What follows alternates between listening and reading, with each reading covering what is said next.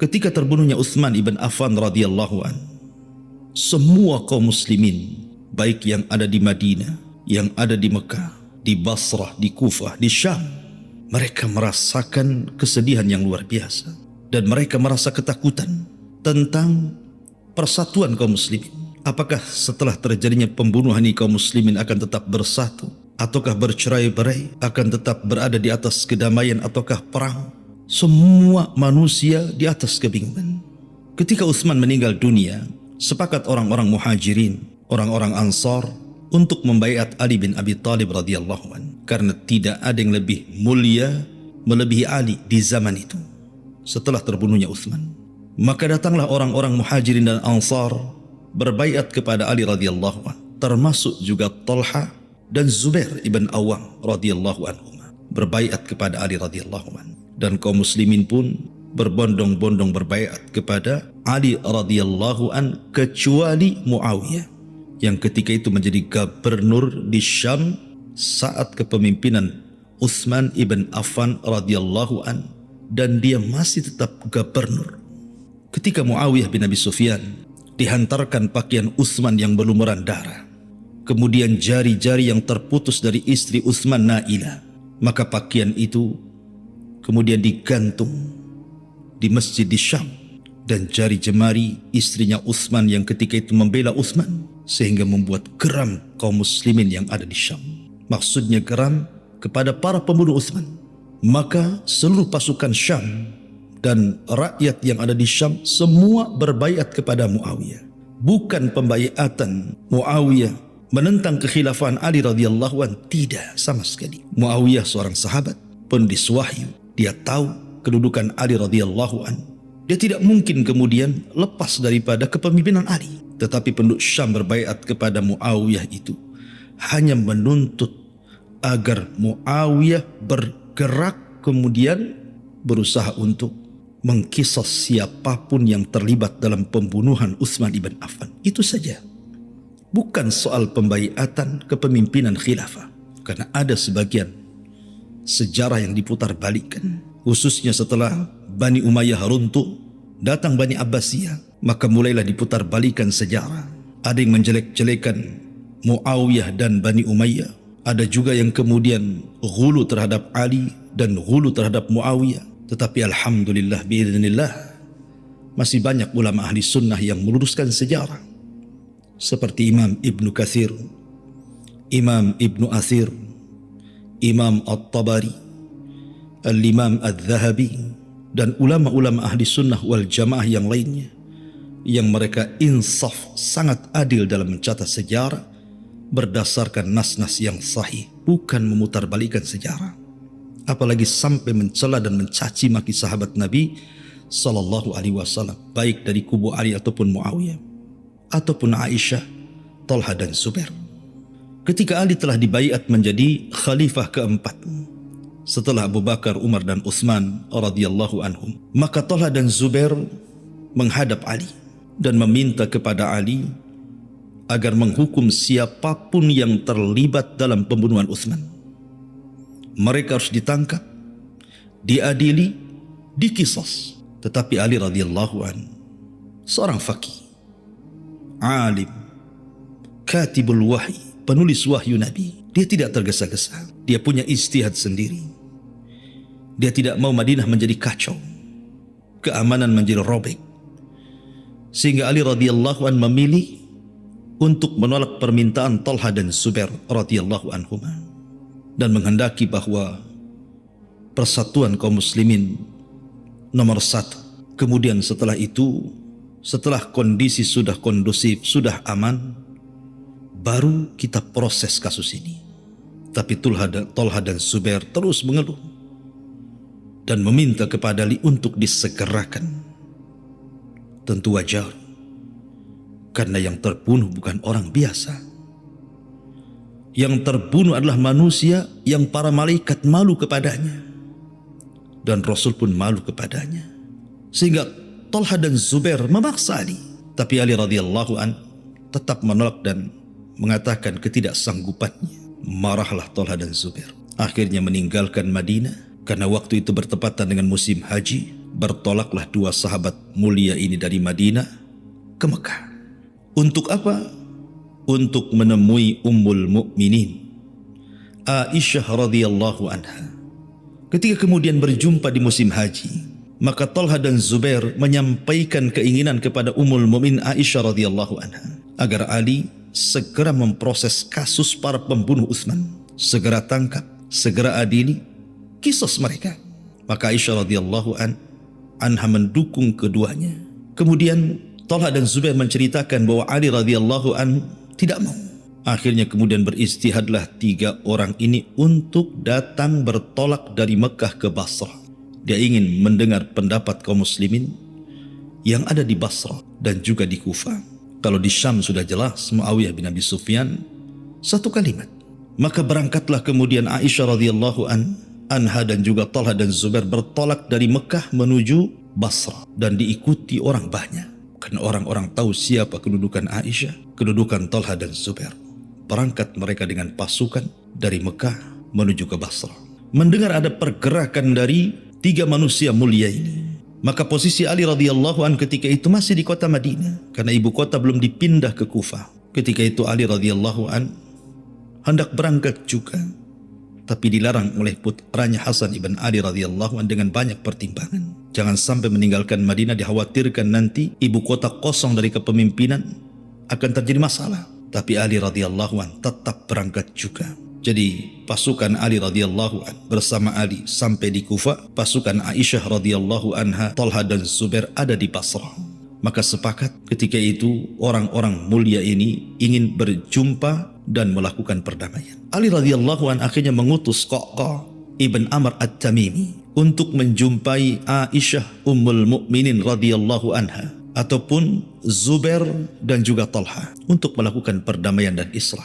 Berangkatlah Qaqqa ibn Amr at-Tamimi. Kemudian berjumpa malam itu dengan Ummul Mukminin Aisyah radhiyallahu anha, dengan Talha ibn Ubaidillah radhiyallahu an dan Zubair ibn Awam radhiyallahu an. Kemudian mengemukakan tentang perdamaiannya, bahwa Ali berkehendak seperti ini seperti itu dan Anda juga berkehendak lain seperti dan seperti itu. Akhirnya ketika mendapatkan titik temu kesepakatan antara dua kubu pasukan besar, pasukan Ali dan pasukan Talha dan Zubair, maka malam itu semua bisa nyenyak tidur. Tetapi ada orang-orang yang tidak nyenyak tidur. Siapa mereka? Mereka pasukan orang-orang munafik yang dipimpin oleh Ibnu Saudah, Abdullah ibn Sabah. Dia mulai membuat riak-riak di tengah-tengah pasukan dan mengatakan, lihat bagaimana mungkin Talha dan Zubair kemudian hendak melawan Ali radhiyallahu an. Jangan-jangan dia hendak merebut kekuasaan, padahal kita sudah senang Ali menjadi khalifah. Akhirnya kemudian bermacam-macam diceritakan oleh Ibnu Sauda untuk memprovokasi pasukan dan orang-orang yang terlibat dalam pembunuhan Utsman di malam itu pun mereka tidak nyenyak tidur karena khawatir mereka akan dibunuh. Maka mereka pun kemudian mengikuti saran Abdullah ibn Sabah untuk memecah belah kaum muslimin. Yang satu masuk ke pasukan Aisyah, Talha dan Zubair, yang kelompok satunya lagi masuk ke kubu pasukan Ali yang ada di Kufah. Sebenarnya Aisyah radhiyallahu anha di tengah perjalanan ke Basrah ini, dia melewati sebuah sumur, dan sumur itu disabdakan Nabi SAW, nama sumur itu Hawab. Kata Aisyah radhiyallahu anha, ini sumur apa namanya? Maka orang-orang mengatakan sumur Hawab wahai Ummul Mukminin. Tiba-tiba kemudian dia melihat ada seekor anjing yang minum dari sumur itu. Maka Aisyah radhiyallahu anha teringat dengan sabda Nabi SAW dan dia pun tidak mau melanjutkan perjalanan ke Basrah dan ingin kembali ke kota Mekah. Akan tapi karena Talha dan Zubair terus memaksa Aisyah radhiyallahu anha, maka Aisyah pun kemudian ikut berangkat ke Basrah karena tujuan islah sekali lagi, bukan untuk perang. Ketika Qaqqa ibn Amr at-Tamimi sudah menyampaikan keinginan Amirul Mukminin Ali radhiyallahu an dan mereka sepakat kepada satu titik. Mereka sudah tidur nyenyak, tiba-tiba sebelum fajar menyingsing, pasukan yang disusupkan oleh Abdullah ibn Sabah membuat ulah, tiba-tiba membunuh pasukan yang dibawa oleh Ummul Mukminin Aisyah radhiyallahu anha di Basrah, dan sebagiannya membunuh pasukan yang bersama Ali radhiyallahu an yang ada di Kufah. Akhirnya pasukan Talha dan Zubair manusiawi bersuudzon kepada pasukan Ali. Jangan-jangan dia hendak membunuh kami. Begitu juga pasukan Ali bersuudzon kepada pasukan Talha dan Zubair. Jangan-jangan mereka hendak berkhianat dan membunuh kami. Maka malam itu berhadap-hadapanlah pasukan antara pasukan Talha dan Zubair Ummul Mukminin juga dan juga pasukan Ali radhiyallahu anhu. Terjadilah perang sebelum fajar. Padahal kedua kubu ini, kedua pemimpin ini, baik dari kubu Ali radhiyallahu anhu, Ali sendiri tidak hendak berperang. Begitu juga Aisyah radhiyallahu anha, Talha dan Zubair tidak hendak berperang karena mereka sepakat untuk berdamai. Tetapi pasukan Abdullah ibn Saba, orang-orang munafik telah menyusup ke sana kemari dan mengadu domba pasukan yang kebanyakan mereka para sahabat Nabi SAW. Terjadilah perang di malam itu. Sampailah kabar peperangan ini kepada Ali radhiyallahu anhu dan juga sampai kabar peperangan ini kepada Ummul Mukminin Aisyah radhiyallahu anha, Zubair dan Talha. Maka para pemimpin ini berusaha untuk mendamaikan peperangan itu supaya jangan dilanjut. Tetap kondisi di malam hari dan orang sudah saling suudzon dan sudah nyawa berjatuhan sehingga perang ini tidak bisa dihentikan. Maka ada seorang alim min ulama'il Basrah, Qadi Basrah, Ka'ab ibn Musawwir, datang kepada Ummul Mukminin Aisyah radhiyallahu anha agar Aisyah datang ke pertempuran itu dengan menunggang unta. Kemudian naik ke atas unta, di rumah-rumah di atas unta dengan diberikan tameng yang sangat kokoh supaya jangan sampai ada tombak dan panah yang masuk ke dalam tenda yang ada di atas unta itu. Bergeraklah Aisyah radhiyallahu anha ke dalam pasukan. Tapi apalah daya, perang sudah terjadi. Disangkanya Aisyah radhiyallahu anha datang untuk memberikan semangat melawan pasukan Ali. Itu yang dihembuskan fitnah oleh Abdullah ibn Saba. Justru perang semakin besar. Makanya perang itu disebut perang Jamal. Karena Aisyah menunggang unta. Dan bahasa Arabnya unta itu Jamal. Maka nisbat peperangannya kepada unta yang ditunggangi Aisyah Ummul Mukminin radhiyallahu anha. Padahal datang untuk mendamaikan. Yang satu dengan yang lainnya sudah berhadap-hadapan. Yang satu dengan yang lainnya sudah jadi korban. Tentu tidak bisa dihentikan. Maka Aisyah radhiyallahu anha langsung meninggalkan tempat itu dan Allah selamatkan. Kemudian Zubair ibn Awam radhiyallahu anhu ketika melihat kondisi seperti ini dinasihati bahwa ini tidak benar. Akhirnya kemudian karena sudah terlampau atau terlanjur bahasanya, sudah perang saudara seperti ini, maka Zubair pun kemudian hendak keluar dari fitnah. Bukan lagi dari peperangan, tidak. Karena ini perang ini tidak benar. Siapa yang memulai tidak tahu. Semua orang suudzon. Pada di belakangnya yang mengompori peperangan inilah Ibnu Sauda Abdullah bin Sabah. Makanya Zubair pun akhirnya meninggalkan peperangan itu. Ingin menjauh dari fitnah. Dibawanya budaknya. Kemudian pergi ke sebuah bukit yang disebut dengan Bukit Siba. Di tengah perjalanan datang seorang yang bernama Amr ibn Jurmuz. Satu di antara pasukan dari pasukan Ali radhiyallahu anhu. Ibn Jurmuz ini berpura-pura bertanya kepada Zubair dan mengatakan, "Ya Zubair, hendak kemana kau pergi? Kenapa kau tinggalkan pasukan?" Kata Zubair, "Ini sudah tidak benar peperangan ini. Saya hendak menjauh dari fitnah." Kata Ibnu Jurmuz, "Bagaimana kalau saya ikut bersamamu? Saya pun sama ingin menjauhi fitnah."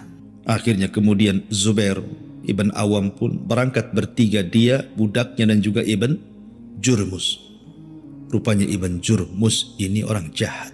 Dia berpura-pura di hadapan Zubair ingin menjauh dari fitnah. Ketika sampai di Bukit Siba, mereka beristirahat. Kemudian Zubair bin Awam tertidur, tiba-tiba kemudian mengambil pedang, kemudian membunuh Zubair ibn Awam radhiyallahu anhu. Siapa yang tidak kenal Zubair bin Awam? Orang yang melindungi Rasul dalam setiap peperangan. Tidak diragukan keberaniannya. Bagaimana jasanya dalam Islam.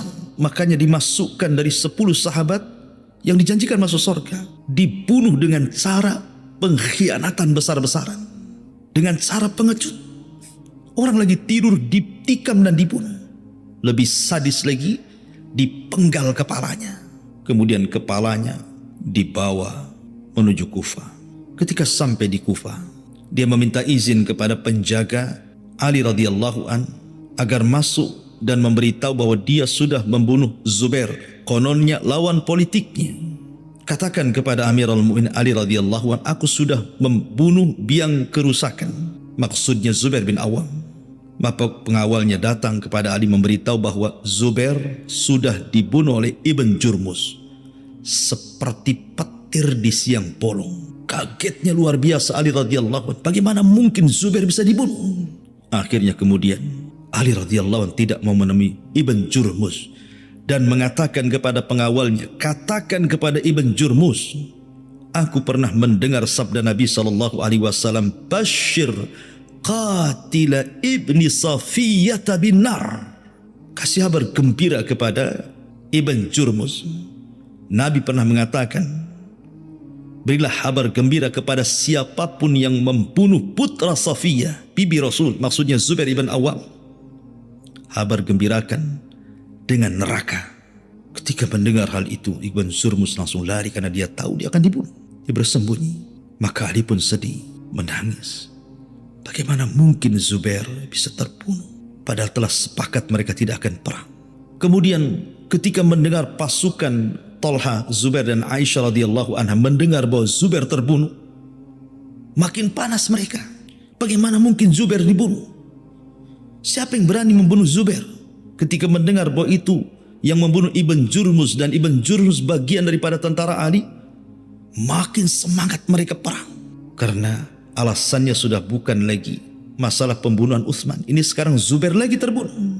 Maka Talha pun ikut terlibat. Tetapi entah siapa yang memanah, siapa yang menombak. Karena orang berperang ini terkadang senjata melayang di mana-mana. Allah takdirkan Talha pun gugur di perang Jamal ini. Ketika peperangan dimenangkan oleh Ali radhiyallahu an, maka Ali radhiyallahu an kemudian mencari-cari jasad Talha. Rupanya ketika sudah berjumpa dengan jasad Talha, maka Ali radhiyallahu an meletakkan Talha di pangkuannya sambil menangis dan mengatakan, rahmatullah alaika ya Talha. Semoga Allah merahmatimu wahai Talha. Demi Allah, kita tidak harus seperti ini. Kemudian Ali radhiyallahu an mendoakan Talha ibn Zubair dan mengatakan, seandainya aku mati sebelum tragedi ini.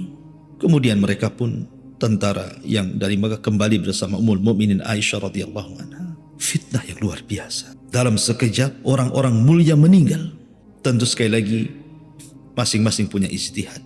Baik Aisyah, Ummul Mukminin, Zubair dan Talha, mereka punya ijtihad. Idza ijtahadal mujtahid fa asaba falahu ajran wa in akhtaha falahu ajrun wahid.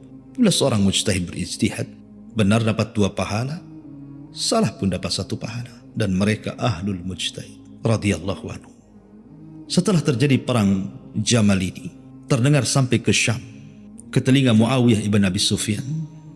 Maka Ali radhiyallahu an ketika sudah berada di Kufah, dia hendak memindahkan ibu kota yang tadinya di Madinah, kemudian dipindahkan ke Kufah supaya lebih dekat dengan ahlu Basrah, ahlu Kufah dan Syam.